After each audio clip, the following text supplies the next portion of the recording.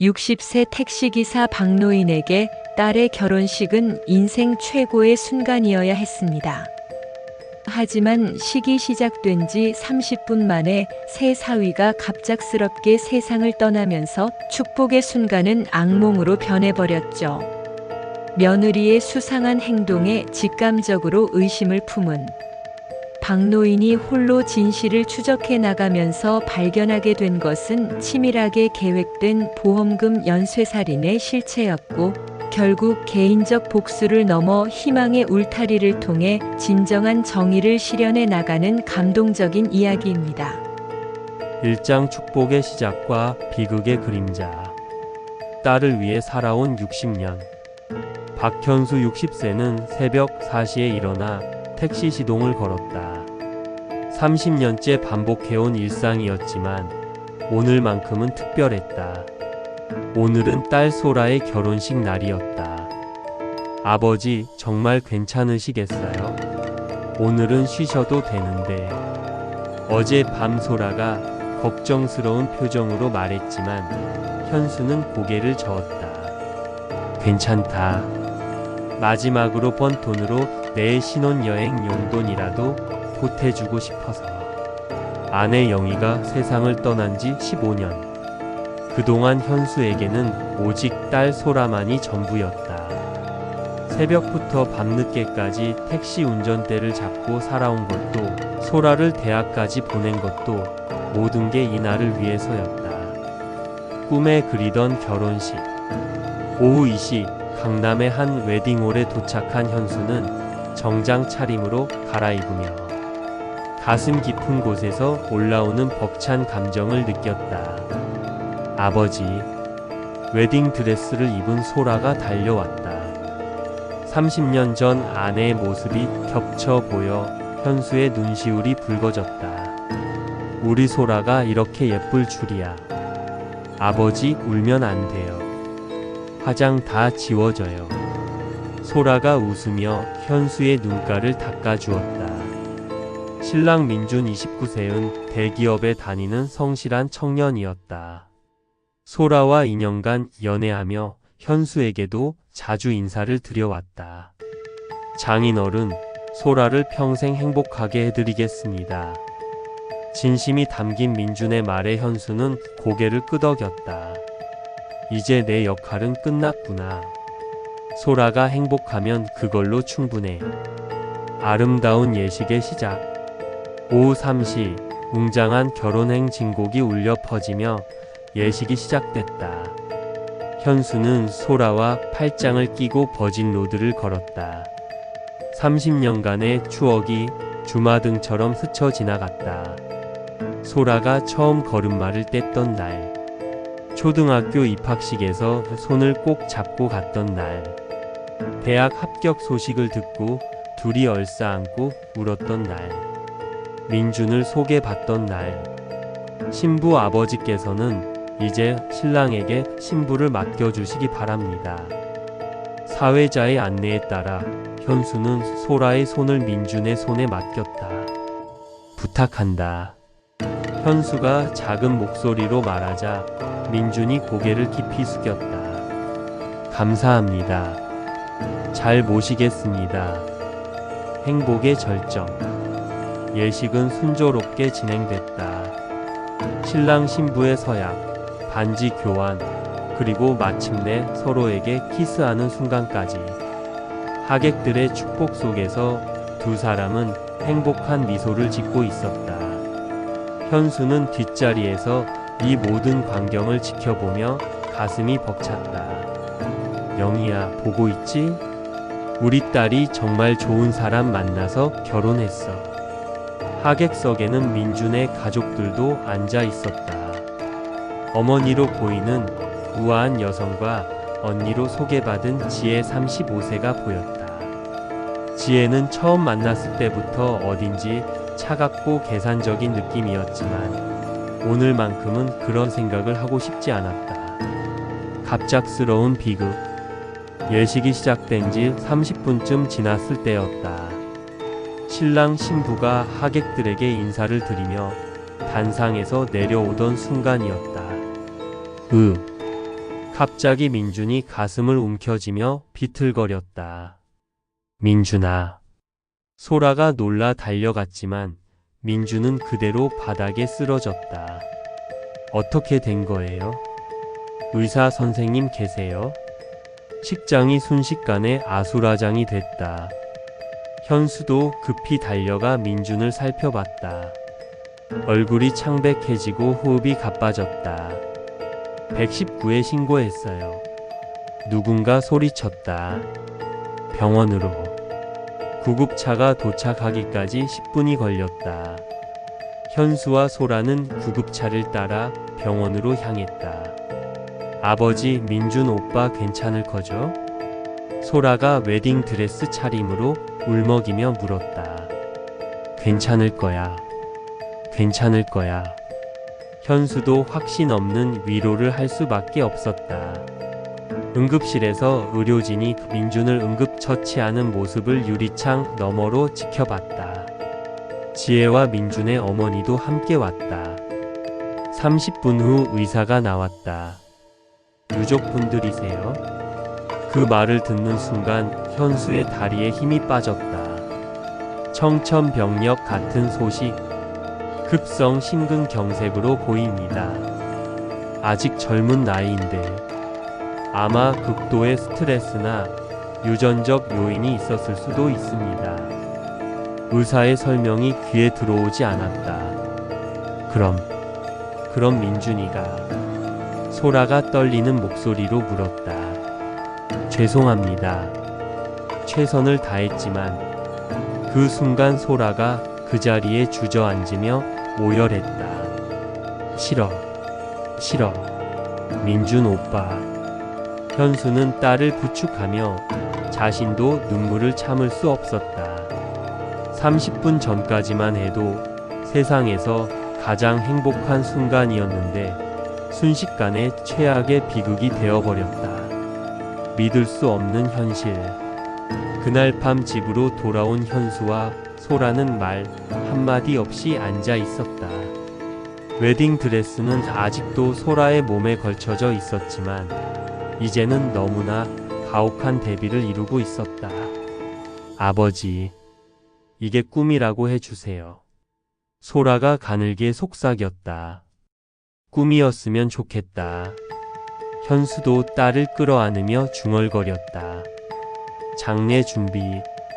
다음 날부터 장례 준비가 시작됐다. 결혼식이 장례식으로 바뀐다는 것이 이렇게 참혹할 줄 몰랐다. 민준의 가족들과 함께 장례식장을 알아보고 부고를 돌렸다. 정말 믿어지지 않아요. 지혜가 눈물을 흘리며 말했다. 우리 동생이. 민준의 어머니도 오열했다. 현수는 이 모든 상황이 현실인지 의심스러웠다. 어제까지만 해도 사위라고 부를 사람이 생긴다는 기쁨에 들떠 있었는데 이제는 장례를 치러야 한다니. 남겨진 의문. 장례식장에서 민준의 마지막 모습을 보며 현수는 이상한 느낌을 받았다. 29살 건강한 청년이 갑작스럽게 심장 발작으로 죽는다는 게 가능한 일일까? 물론 의사는 스트레스와 유전적 요인을 언급했지만 뭔가 석연치 않은 구석이 있었다. 내가 너무 의심이 많은 건가? 현수는 그런 생각을 떨쳐내려 했다. 지금은 딸을 위로하고 장례를 잘 치르는 것이 우선이었다.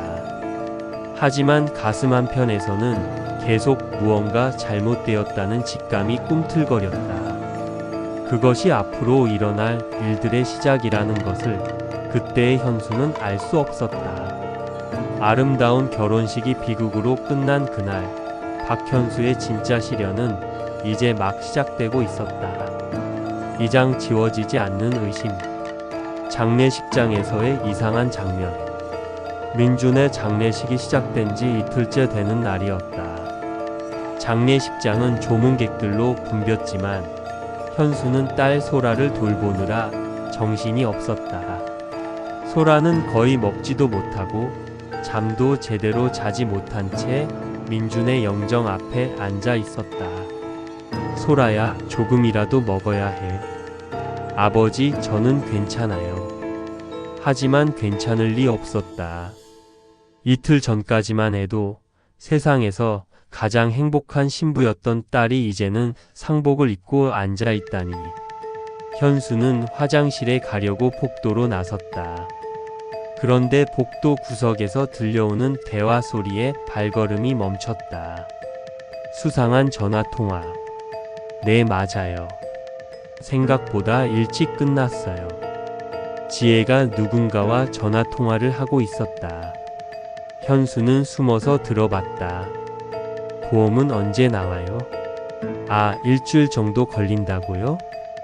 보험? 현수의 귀가 번쩍 뛰었다. 타이밍이 정말 중요했는데 다행히 잘 됐네요. 네, 이제 정리하고 다음 단계로 넘어가면 되겠어요. 지혜가 전화를 끊고 돌아오는 것을 보고 현수는 급히 화장실로 피했다. 불길한 의심. 화장실에서 나온 현수는 머릿속이 복잡했다. 보험? 타이밍? 결혼식 날 남편이 죽은 상황에서 보험 얘기를 하는 게 정상적일까? 물론 장례 비용 때문에 보험을 확인할 수는 있었다. 하지만 타이밍이 중요했다는 말은 뭐였을까? 내가 너무 예민한 건가? 슬픔 때문에 이상하게 듣는 건가? 하지만 그 말이 계속 귓가에 맴돌았다. 민준의 어머니와의 대화. 조문을 받던 중에 민준의 어머니 김순자 55세와 이야기를 나눌 기회가 있었다. 정말 믿을 수 없어요. 우리 민준이가. 순자가 눈물을 흘리며 말했다. 민준이가 평소에 건강은 어땠나요? 현수가 조심스럽게 물어봤다. 건강했어요. 한 번도 큰 병을 앓은 적이 없었는데 회사 건강검진에서도 항상 어등급이었어요. 그럼 스트레스라도 많이 받았나요? 글쎄요. 요즘 들어 소화가 안 된다고는 했었는데 현수는 이상했다. 건강한 29세 청년이 갑자기 심장 발작으로 죽는다는 게. 지혜의 이상한 행동. 그날 저녁 빈소에서 밤을 새우고 있을 때였다. 지혜가 소라에게 다가와서 말했다. 소라야, 힘들겠지만 현실적인 얘기를 해야 할 것 같아. 무슨 얘기요?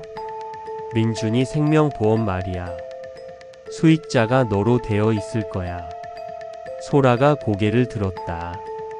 보험료? 응. 결혼하면서 수익자를 바꿨거든. 5억 정도 될 거야. 현수는 깜짝 놀랐다. 5억? 5억이라고요? 민준이가 회사 다니면서 계속 넣어뒀대. 결혼 준비하면서 수익자를 소라로 바꿨고. 지혜의 말에 현수는 의아했다. 5억이라는 큰 돈에 대해 이렇게 담담하게 얘기할 수 있나? 보험 수익자 변경 시점. 언제 바뀌었다고 했죠? 현수가 물어봤다. 한 달 전쯤 결혼 준비하면서 바꿨다고 했어. 한 달 전이면 결혼식 직전이었다. 결혼 직전에 보험 수익자를 바꾸고 결혼식 당일에 죽는다고? 우연이라기에는 너무 기가 막힌 타이밍이었다. 지혜에 대한 관찰. 그날 밤 현수는 지혜를 유심히 관찰했다. 동생이 갑자기 죽었다면 좀 더 슬퍼해야 하는 것 아닌가? 하지만 지혜는 의외로 침착했다. 오히려 장례 절차나 보험 처리에 대해 너무 잘 알고 있었다. 소라야, 보험금 신청은 내가 도와줄게. 사망 진단서는 이렇게 받으면 돼. 장례 비용은 보험에서 일부 지원받을 수 있어. 마치 이런 일을 여러 번 겪어본 것처럼 능숙했다. 밤새 맴도는 의심. 그날 밤 현수는 잠을 이루지 못했다. 지혜의 전화 통화 내용이 계속 떠올랐다. 타이밍이 정말 중요했는데 다행히 잘 됐네요. 이 말이 도대체 무슨 뜻일까? 결혼식 날 신랑이 죽는 것이 다행히 잘 됐다는 게 말이 되나? 내가 너무 의심병에 걸린 건가? 하지만 아무리 생각해도 이상했다. 민준의 마지막 며칠. 다음 날 현수는 소라에게 물어봤다. 소라야, 민준이가 결혼식 전에 특별히 아픈 데는 없었니? 글쎄요. 한 일주일 전부터 배 아프다고 했었어요. 배가? 네, 소화가 안 된다고 했어요. 그래서 병원에 가보라고 했는데 바빠서 못 갔었어요. 소화 불량이 심장 발작으로 이어질까? 현수는 의심스러웠다. 지혜의 과도한 관심. 장례식 마지막 날 지혜가 소라에게 말했다. 소라야, 앞으로 혼자 살기 힘들겠지만 힘내. 네 언니. 보험금 나오면 연락해. 재산 관리하는 법도 가르쳐 줄게. 현수는 이상했다. 동생이 죽은 지 사흘밖에 안 됐는데 벌써 보험금 얘기를? 더 이상한 것은 지혜가 보험 절차에 대해 너무 자세히 알고 있다는 점이었다. 직감의 확신. 장례를 마치고 집으로 돌아오는 길에 현수는 확신했다. 뭔가 이상해. 분명히 뭔가 있어. 택시기사로 30년을 살면서 기른 직감이 그렇게 말하고 있었다. 수많은 사람들을 태우면서 사람을 보는 눈이 생겼는데 지혜는 분명히 뭔가 숨기고 있었다. 하지만 증거는 없었다. 단지 직감일 뿐이었다. 그래도 확인해 봐야겠어. 현수는 마음먹었다. 사랑하는 딸의 남편이 정말 억울하게 죽은 것이라면 진실을 밝혀내야 했다. 그날 밤 현수는 지혜의 전화통화 내용을 메모지에 적어두었다. 언젠가 필요할 수도 있을 것 같아서였다. 아직은 의심일 뿐이었지만 그 의심이 곧 끔찍한 진실로 이어질 것이라는 사실을 현수는 아직 알지 못했다. 3장 드러나는 진실의 조각들. 혼자서 시작하는 조사. 장례를 마친 지 일주일이 지났다. 소라는 여전히 집에서 나오지 않고 있었고 현수는 택시 운전을 재개했지만 마음은 계속 민준의 죽음에 꽂혀 있었다. 아버지, 저 좀 혼자 있게 해주세요. 소라가 방문을 걸어 잠그고 나오지 않는 날이 계속됐다. 현수는 딸을 위해서라도 진실을 밝혀야 한다고 생각했다. 첫 번째로 할 일은 민준에 대해 더 자세히 알아보는 것이었다. 민준의 직장 방문. 죄송합니다만 민준 씨의 장인 어른이시죠? 현수는 민준이 다니던 회사를 찾아갔다. 대기업이라고 들었던 곳이었다. 네, 맞습니다. 그런데 여기가 민준이가 다니던 회사가 맞나요? 접수처 직원이 고개를 갸우뚱했다. 김민준 씨요? 저희 회사에 그런 분은 없으신데요. 네? 그럴 리가. 민준이가 분명히 여기서 일한다고 했는데요. 혹시 다른 회사와 착각하신 게 아닐까요? 현수는 당황스러웠다. 2년 동안 민준이 거짓말을 한 것인가? 혹시 예전에 다녔다가 그만둔 건 아닌지 확인해 주실 수 있나요? 잠시만요. 직원이 컴퓨터를 확인해 봤지만 결과는 같았다. 죄송해요. 김민준이라는 분은 저희 회사에 근무한 기록이 전혀 없어요. 첫 번째 거짓말 발견. 회사를 나선 현수는 머릿속이 복잡했다. 민준이가 왜 거짓말을 했을까? 무직이었다는 건가? 그럼 그동안 소라와 만날 때 쓴 돈은 어디서 났을까? 결혼 준비 비용도 상당했는데. 현수는 민준이 소라에게 준 명함을 기억해냈다. 집에 가서 소라에게서 그 명함을 구해야겠다고 생각했다. 소라에게서 얻은 단서들. 소라야, 민준이 명함 혹시 있니? 왜요, 아버지? 그냥.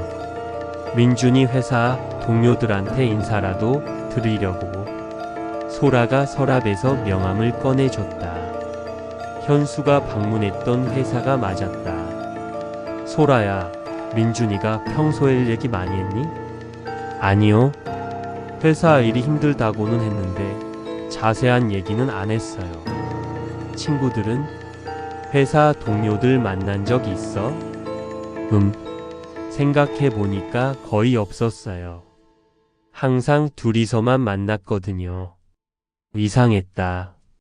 인연을 사귀면서 친구나 동료를 한 번도 소개하지 않는다는 게. 민준의 집 주소 확인. 현수는 민준이 살았다던 집 주소도 확인해 보기로 했다. 소라야, 민준이 집 주소 알고 있지? 네, 가끔 놀러 갔었어요. 소라가 준 주소로 찾아가 보니 원룸 오피스텔이었다. 관리사무소에서 물어봤다. 김민준 씨요? 한 달 전에 이사 가셨는데요. 한 달 전에요? 네. 결혼한다고 하시면서 급하게 나가셨어요. 그 전에는 얼마나 살았나요? 6개월 정도? 계약도 6개월짜리였어요. 6개월. 소라와 사귄 지 2년인데 이 집에는 6개월밖에 살지 않았다는 뜻이었다. 그럼 그 전에는 어디서 살았을까? 존재하지 않는 가족들. 현수는 지혜와 민준의 어머니에 대해서도 조사해 보기로 했다. 장례식 때 받은 연락처로 전화를 걸어봤다. 여보세요, 순자님인가요? 민준이 장인어른입니다. 아, 네. 안녕하세요. 혹시 시간 되시면 한번 뵙고 싶은데요. 저희가 지금 고향에 내려와 있어서요. 당분간은 올라가기 어려울 것 같아요. 고향이 어디신가요? 부산이에요. 혹시 부산에 있는 동안 연락처라도 알 수 있을까요? 죄송해요. 친척 집에 있는데 불편하실 것 같아서요. 매번 이런 식으로 만나는 것을 회피했다. 보험회사 방문. 현수는 민준의 보험에 대해서도 알아보기로 했다. 지혜가 말한 5억이 사실인지 확인하고 싶었다. 죄송합니다. 개인정보라서 가족이라고 해도 함부로 알려드릴 수 없습니다. 그럼 보험금 지급은 어떻게 되나요? 수익자분이 직접 신청하셔야 합니다. 수익자가 언제 바뀌었는지는 알 수 있나요? 그것도 개인정보입니다. 보험회사에서는 아무 정보도 얻을 수 없었다. 경찰서 방문. 더 이상 혼자 조사하기 어렵다고 판단한 현수는 경찰서를 찾아갔다. 신고하고 싶은 게 있습니다. 어떤 신고인가요? 제 사위가 결혼식 당일에 갑자기 죽었는데 뭔가 이상한 점들이 있어요. 현수는 지혜의 전화통화, 민준의 거짓 직장, 보험 수익자 변경 등을 설명했다.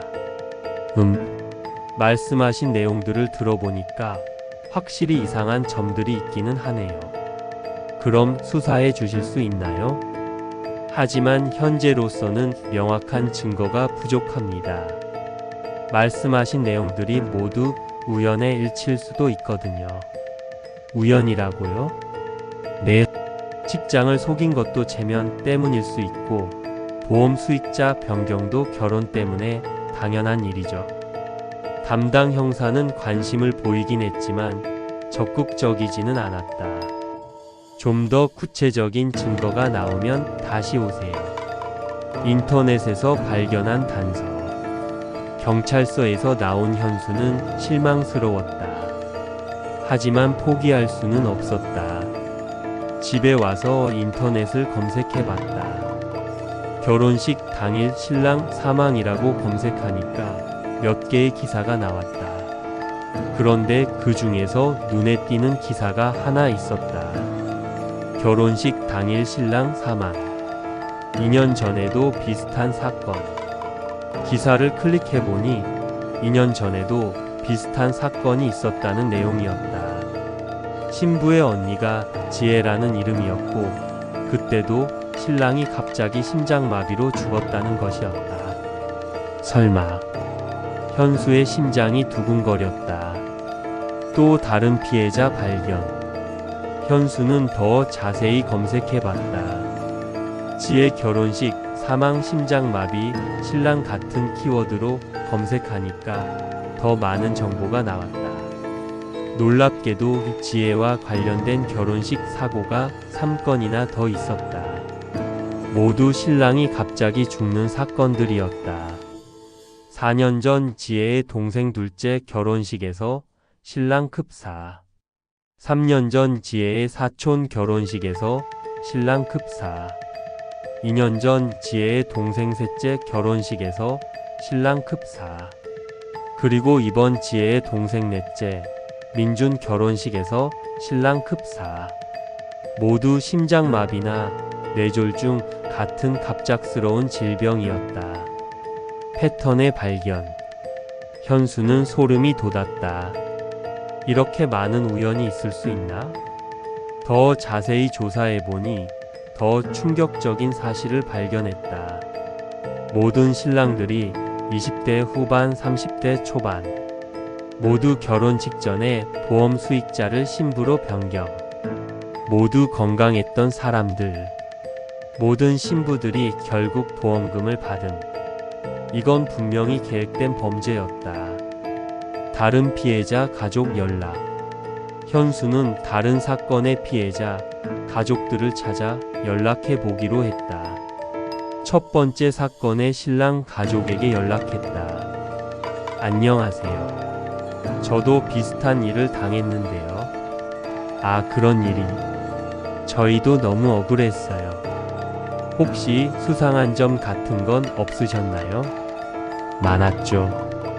하지만 경찰에서 증거 부족이라고 해서. 다른 피해자 가족들도 모두 비슷한 의심을 했지만 증거 부족으로 수사가 제대로 이루어지지 않았다고 했다. 연대의 시작. 저희끼리라도 모여서 정보를 공유해보면 어떨까요? 현수가 제안했다. 좋은 생각이에요. 저희도 답답했거든요. 피해자 가족들이 하나씩 연락이 닿으면서 모임을 만들기로 했다. 혼자서는 할 수 없었던 일들을 여러 명이 함께하면 가능할 것 같았다. 확신의 순간. 그날 밤 현수는 확신했다. 민준의 죽음은 우발적인 사고가 아니었다. 지혜와 그 일당이 계획적으로 벌인 보험 사기 살인이었다. 이 악마들을 반드시 잡아야 해. 현수는 다짐했다. 사랑하는 딸을 위해서, 그리고 더 이상의 피해자가 생기지 않도록 하기 위해서. 진실의 조각들이 하나씩 맞춰지기 시작했다. 이제 본격적인 싸움이 시작될 때였다. 사장 아버지의 결심. 피해자 가족들과의 첫 모임. 일주일 후 현수는 서울 시내 한 카페에서 다른 피해자 가족들과 만났다. 총 4명이 모였다. 첫 번째 사건의 피해자인 이준호의 아버지 이성배 63세, 두 번째 사건의 피해자 최동욱의 어머니 최영숙 58세, 세 번째 사건의 피해자 한상민의 형 한상철 35세이었다. 안녕하세요. 박현수입니다. 서로 인사를 나누는 순간부터 공통된 분노와 슬픔이 느껴졌다. 저희 준호도 결혼식 당일에 갑자기 쓰러져서 이성배가 먼저 입을 열었다. 4년 전 일인데 아직도 잊혀지지 않아요. 그때도 지혜라는 여자가 신부 언니였어요. 공통된 수법의 발견.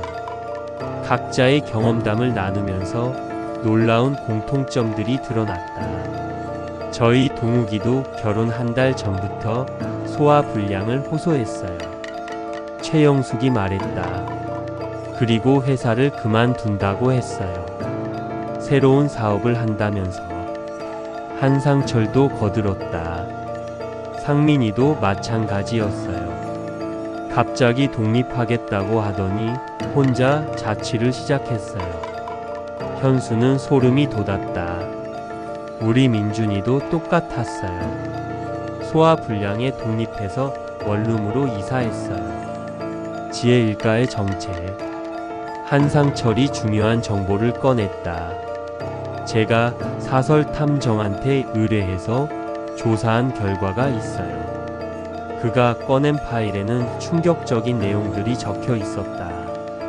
지혜의 본명은 박지혜, 35세. 실제로는 남매가 아니라 일당이에요.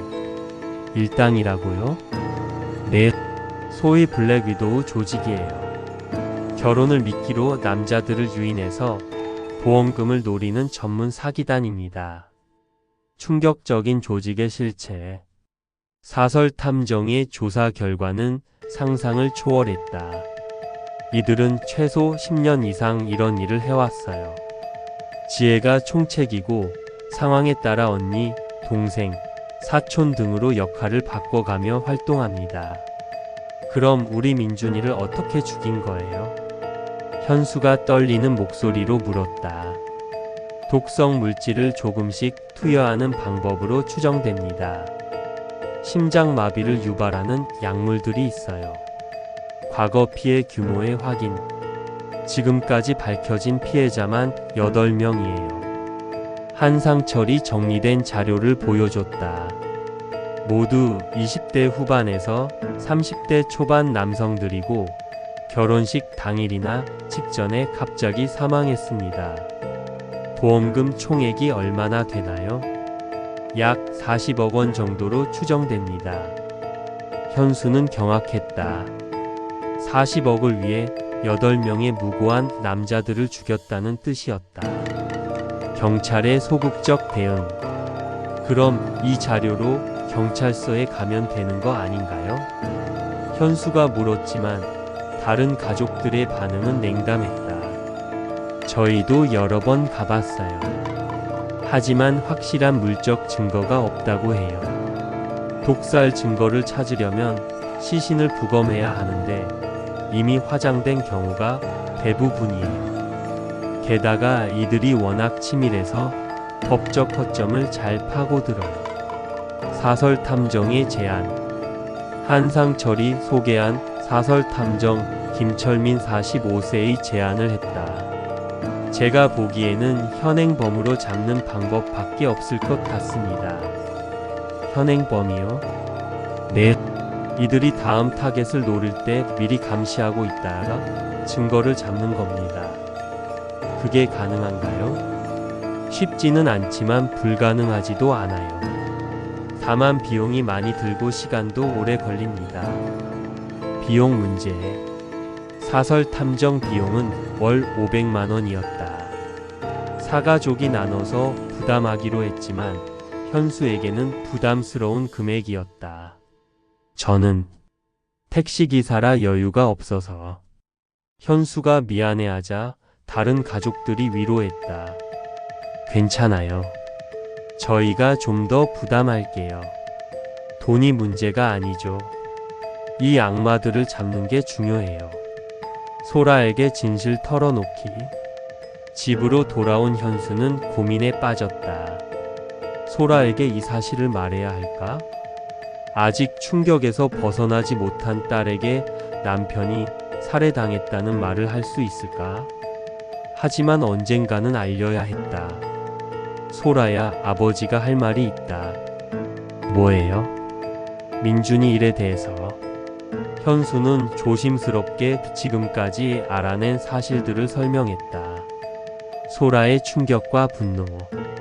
그럼 민준 오빠가 살해당한 거예요?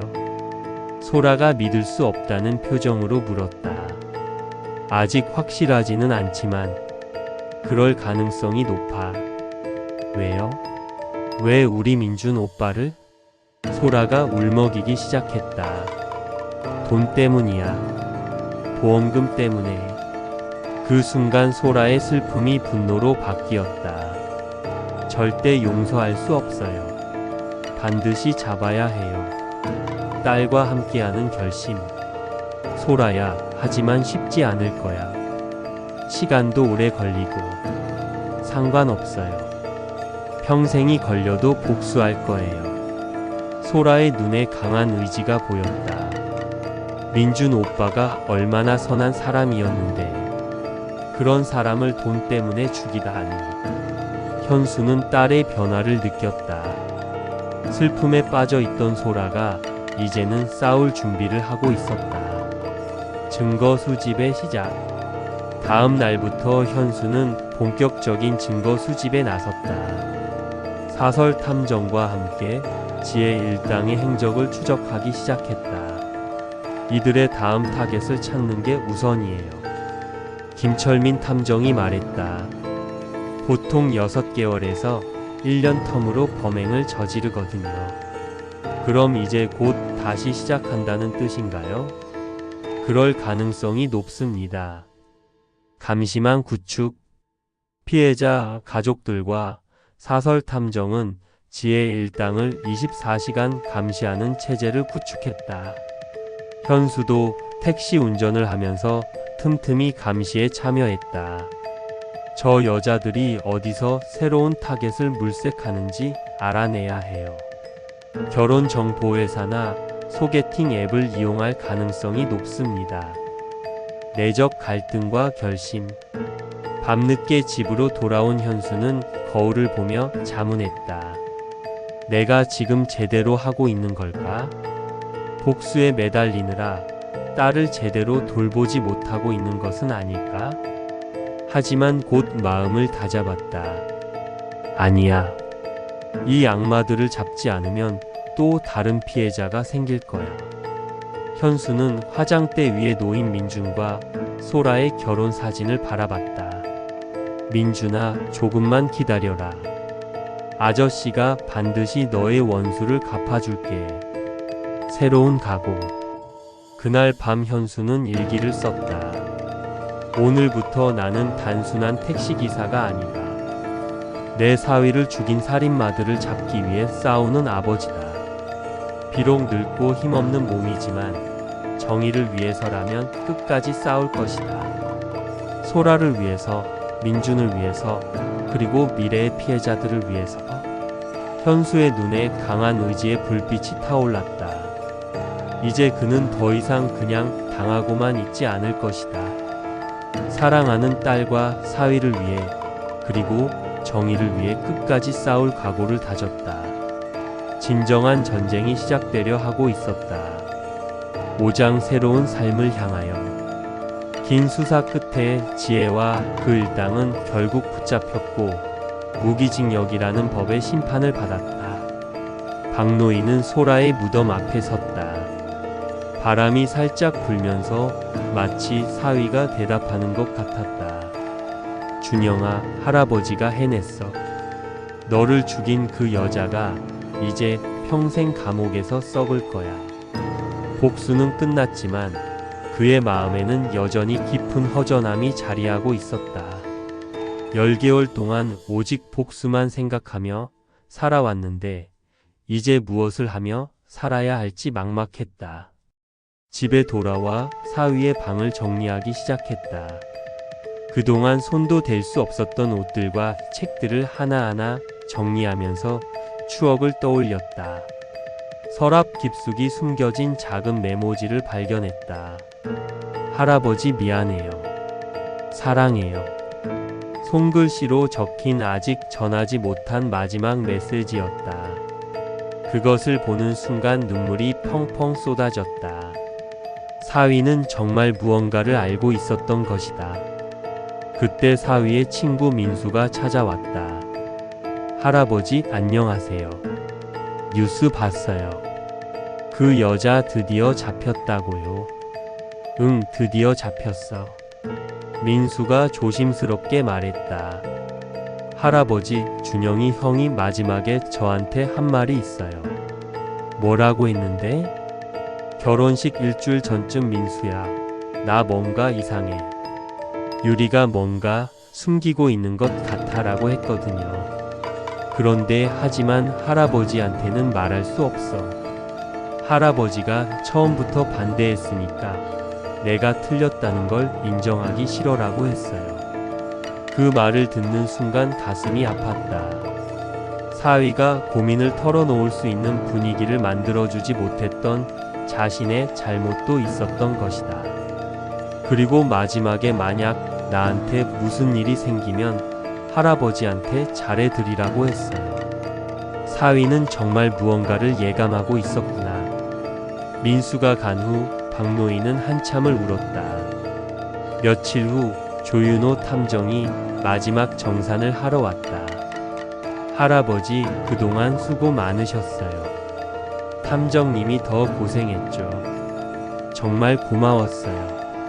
그런데 할아버지, 이제 뭘 하실 거예요? 글쎄 모르겠어요. 사위분 이름으로 재단 같은 거 만드실 생각은 없으세요? 연쇄살인 피해자, 가족들을 도울 수 있는 일 좋을 것 같은데요. 그 말을 듣고 깊이 생각해봤다. 박노인처럼 갑자기 가족을 잃고 법의 보호를 제대로 받지 못하는 사람들이 얼마나 많을까. 그래, 준영이 이름으로 뭔가 의미 있는 일을 해보자. 일주일 후 박노인은 희망의 울타리 재단을 설립했다. 연쇄 범죄 피해자, 가족 지원과 위험한 상황에 있는 사람들을 도와주는 일을 하는 재단이었다.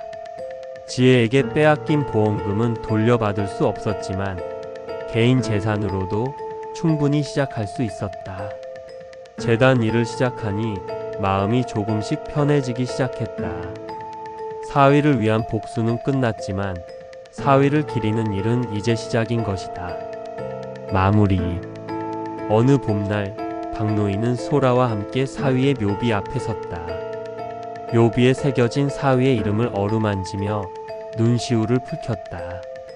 준영아, 할아버지가 내 이름으로 재단 만들었어. 너처럼 억울하게 당한 사람들을 도와주는 일이야. 내가 살아 있었다면 분명히 좋아했을 거야. 그날 밤 처음으로 사위가 꿈에 나타났다. 꿈에서 사위는 결혼식 때 입었던 양복이 아니라 평소에 입던 편한 옷을 입고 웃고 있었다. 할아버지 수고하셨어요. 이제 좀 쉬세요. 준영아, 할아버지는 괜찮아. 할아버지가 미안해. 내가 고민 있을 때 들어주지 못해서. 아니에요. 할아버지 잘못 아니에요. 그리고 할아버지 덕분에 다른 사람들은 안전해질 거잖아요. 할아버지, 이제 행복하게 사세요. 저는 항상 할아버지 곁에 있을게요. 꿈에서 깨고 나서 정말 오랜만에 마음이 평안해졌다. 준영아, 할아버지가 이제 알았어. 복수로는 너를 되돌릴 수 없지만 내 이름으로 선한 일을 하면서 너를 기억할 수는 있다는 걸. 박노인은 묘비에 손을 올리며 속삭였다. 내가 남긴 빈자리를 우리가 사랑으로 채워 나갈게. 너의 삶은 여기서 끝나지 않았단다. 희망의 울타리를 통해 너는 계속 살아갈 거야. 많은 사람들을 지켜주면서 말이야. 바람이 나뭇잎을 흔들며 지나갔다. 마치 사위가 대답하는 것 같았다. 박노인의 얼굴에 처음으로 평화로운 미소가 떠올랐다. 개인적인 분노를 사회적 기여로 승화시킨 것. 그것이야말로 진정한 승리였다. 이제 정말로 새로운 시작이었다.